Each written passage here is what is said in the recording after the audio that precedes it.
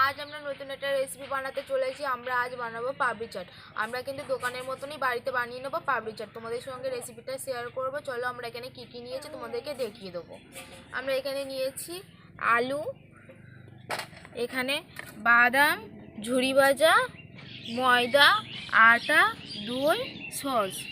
এখানে পেঁয়াজ কুচোনো আছে, শসা কুচোনো আছে, এখানে টমেটো কুচিয়ে নিয়েছি, এখানে লঙ্কা কুচিয়ে নিয়েছি, এখানে ধনেপাতা কুচিয়ে নিয়েছি। নুনটাকে ধরিয়ে নিয়েছি। এবারে কড়া গরম হয়ে গেলে আমি তেলটা দিয়ে দেবো।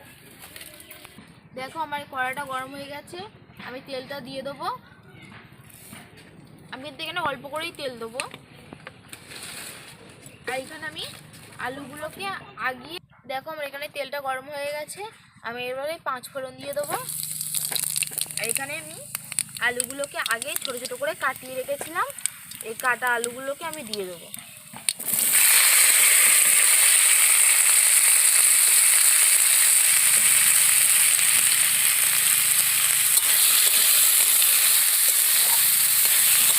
আমি এটাকে সাদা আলু তরকারি করে নেব।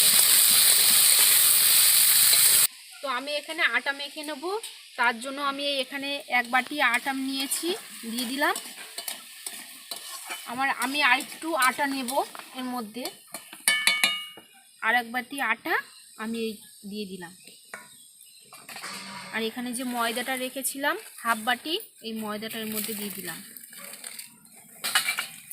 তারপর এখানে দিয়ে দেব তোমার 1 চামচ নুন দিয়ে দিলাম, দিয়ে ভালো করে মাখিয়ে নেব।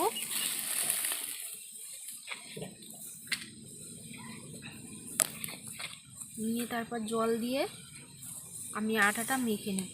অল্প অল্প জল দিয়ে আটাটা মেখে নেব, যাতে না পাতলা হয়।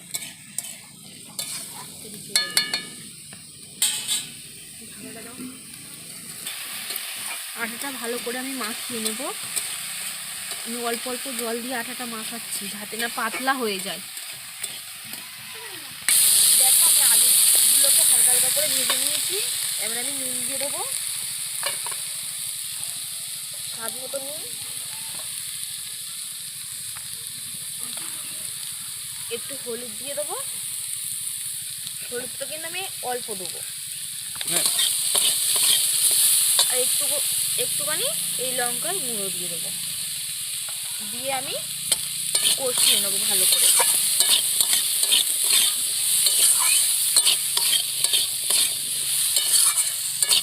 আমার কষানো হয়ে গেলে আমি জল দিয়ে দেবো।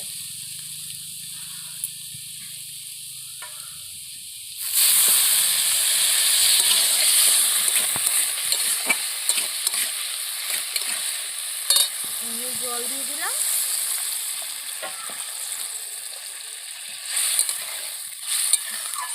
জলটা দিয়ে আমি এবার ঢাকা দিয়ে দেব।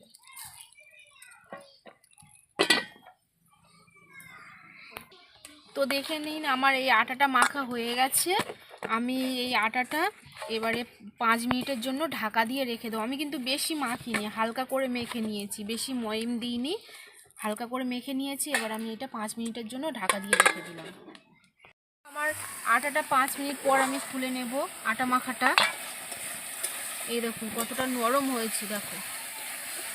এবার আমি আটাটাকে তুলে নিয়ে ছোট ছোট করে লেচি কেটে নেব। তো আমি এইভাবে ছোট ছোট করে লেচি কেটে নেব।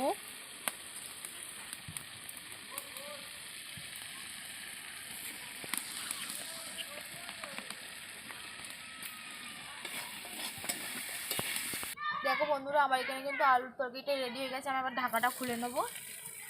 তোমরা দেখতেই পাচ্ছ আলুটা কিন্তু শুকনো শুকনো হয়ে গেছে। আমি আবার আলুটাকে নামিয়ে নেব। দেখো বন্ধুরা, আমি কিন্তু আবার আলুর তরকারিটা নামিয়ে নেব।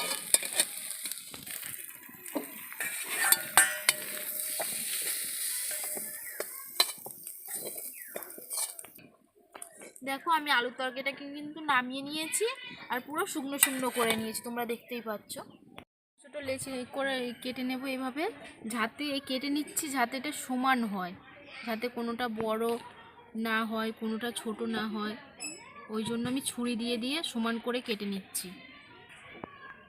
কেটে কেটে এইভাবে রাখছি, আর বোন ওইদিকে গোল গোল করে পাকিয়ে নিচ্ছে। আমি এইভাবে গোল গোল করে পাকিয়ে নিচ্ছি যাতে তাড়াতাড়ি হয়ে যায়। নিয়ে আমি এইভাবে চেপটে রেখে দেবো। বন্ধুরা আমি এখানে কিন্তু এইভাবে গোল গোল করে পাকিয়ে নেবো যাতে তাড়াতাড়ি হয়ে যায়। এখানে গোল গোল করা হয়ে গেছে, এবার আমি বেলে নেব। একটু তেল দিয়ে নিচ্ছি, নিয়েই বেলে নিচ্ছি।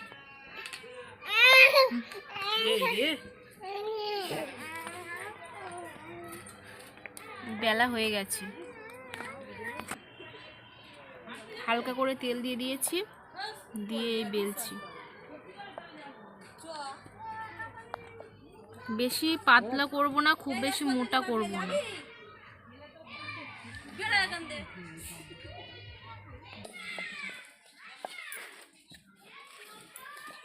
আমি বেলে নিচ্ছি, নিয়ে এই একটু ফুটো করে দিচ্ছি কাঁটা চামচ দিয়ে, যাতে না ফোলে। কড়াটা বসিয়ে দিয়েছি, আমাদের কিন্তু কড়াটা গরম হয়ে গেছে। আমি এবারে তেলটা দিয়ে দেবো।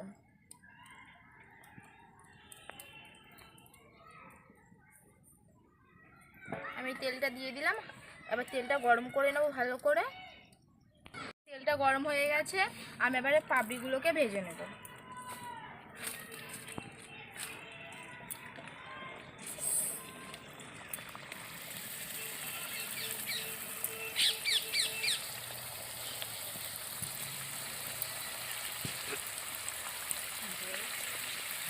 দেখো আমি একসঙ্গে কিন্তু অনেকগুলো দিয়ে দেবো, দিয়ে আমি ভেজে নেব।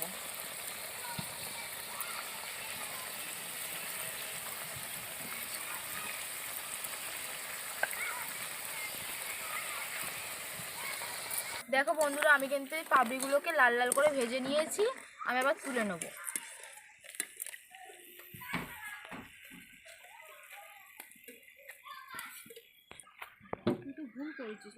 গুলোকে এইভাবে ভেজে নেব।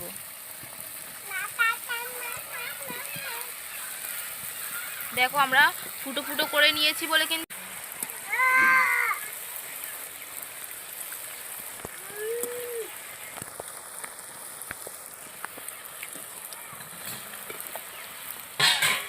আমাদের সবগুলো ভাজা হয়ে গেছে, আমি তুলে নেব।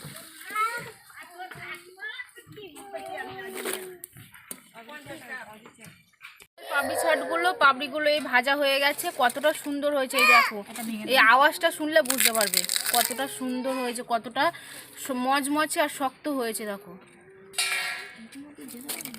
তো পাপড়ি ছাটগুলো এবার আমি সাজাবো।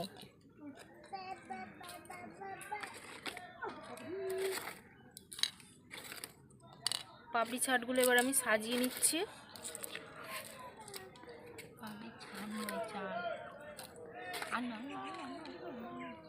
আলু, তো আমি এবার আলু দিয়ে দিচ্ছি। আলু বেশি করে দেবো, ওইটা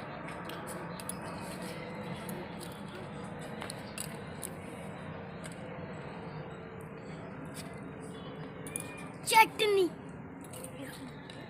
এই আলু দিয়ে দিলাম।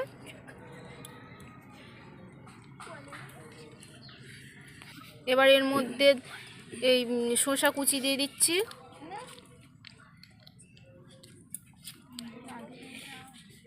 এবার এই পেঁয়াজ কুচি দিয়ে দিচ্ছি।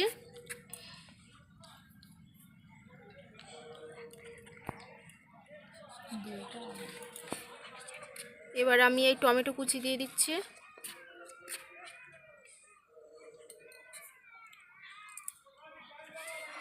তারপরে এই কাঁচা লঙ্কা দিয়ে দিচ্ছি।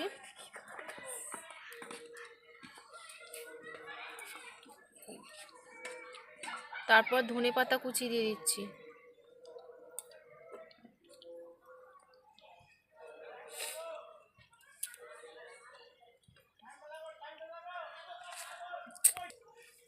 এবার আমি বাদাম দিয়ে দিচ্ছি। তারপর আমি চাটনি দিয়ে দেবো।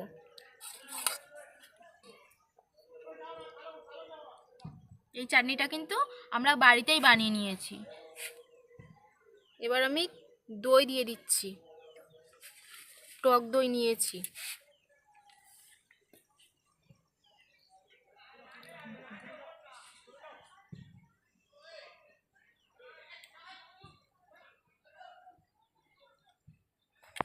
এবার আমি ঝুরি ভাজা দিয়ে দিচ্ছি এর ওপরে।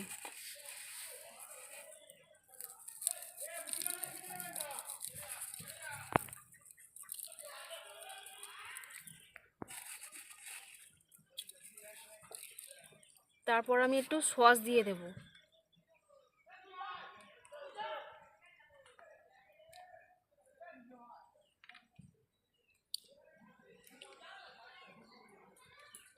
এবার এর ওপরে হালকা করে একটু বিট নুন দিয়ে দিলাম।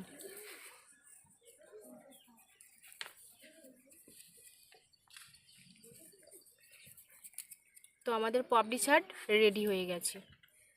আমরা কিন্তু দোকানের মতনই পাপড়ি চাট বাড়িতে বানিয়ে নিলাম। তোমরা কিন্তু অবশ্যই এভাবে ট্রাই করে দেখবে বাড়িতে। দেখো বন্ধুরা, আমরা কিন্তু এখানে পাপড়ি চাটটা পুরো রেডি করে নিয়েছি। তোমরা দেখতেই পাচ্ছ কতটা সুন্দর হয়েছে। তোমরা কিন্তু বাড়িতে এইভাবে অবশ্যই ট্রাই করবে। আমাদেরকে কমেন্ট করে জানাবে, লাইক করবে, সাবস্ক্রাইব করবে, অনেক অনেক ভালোবাসা দেবে। টাটা বন্ধুরা।